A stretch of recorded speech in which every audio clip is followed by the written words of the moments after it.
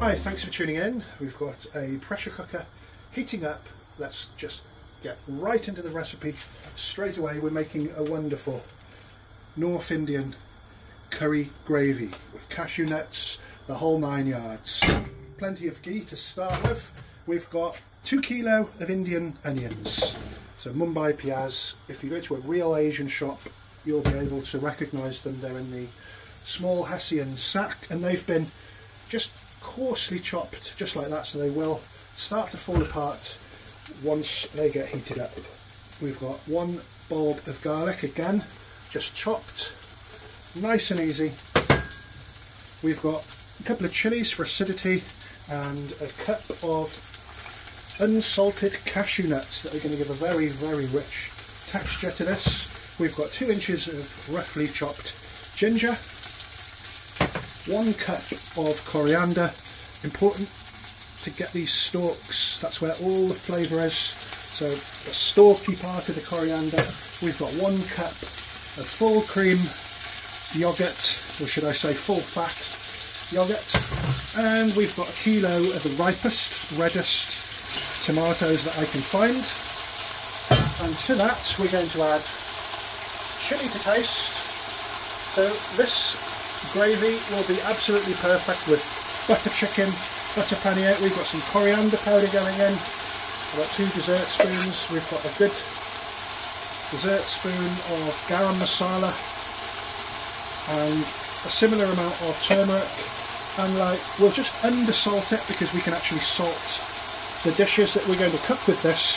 Personally, I've got a naan bread recipe coming up. This is going to be perfect for naan bread, and to that we're going to add plenty of Kasuri Methi, so dried Fenugreek.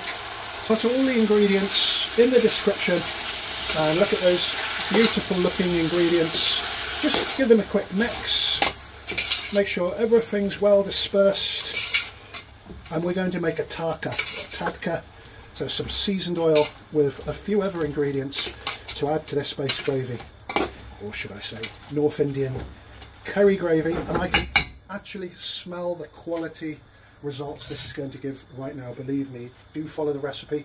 If you're going to substitute these Indian onions, don't use the red onions, just use standard white, absolutely no problem at all. You rarely really see white onions in India, so let's just go for the authentic style here. We are in the UK, so 10 out of 10 for effort. And finally we're just going to cover the ingredients with some water. I always find that I use bottled water for some reason, just more pure. Let's give that another quick stir. So pressure cookers just speed things up.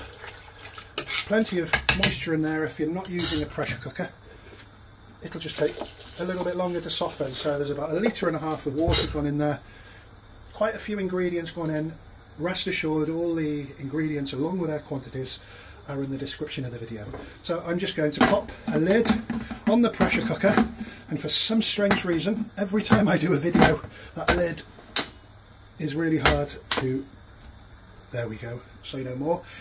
Once that's heated up, I'm going to let it boil for 50 minutes. So after 50 minutes, I've just turned the heat off. I'll just allow the pressure cooker to cool down on its own, and that's the beauty of a pressure cooker. It'll still continue to cook. Pressure cooker has now reduced its temperature enough to open the lid safely.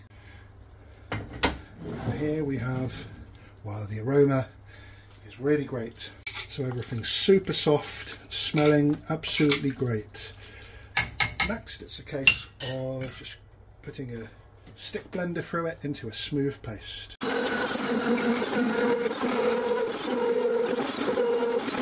Just had a taste. It is magnificent, far more superior and indulgent, comparing it to your average British Indian restaurant style base gravy, which coincidentally, and a good fact to put forward, the people that create that base gravy, they don't eat it themselves. You all know about staff curries, but we're going to make it even super tastier by adding the tarka and give that a good stir. And this really is the cherry on top of the cake. I've just added salt to taste, now that all the spices have been added, which was really important, make sure you add all the spices before you check for salt. Got it just right. Now I'm just going to bring it to a boil just to make sure all those flavours intertwine with one another. It boils away, all the whole spices come to the top.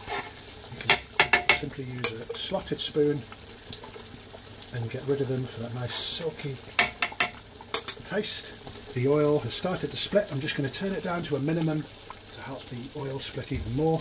And what the oil splitting indicates is the ingredients aren't taking any more moisture. In other words, it's fully cooked.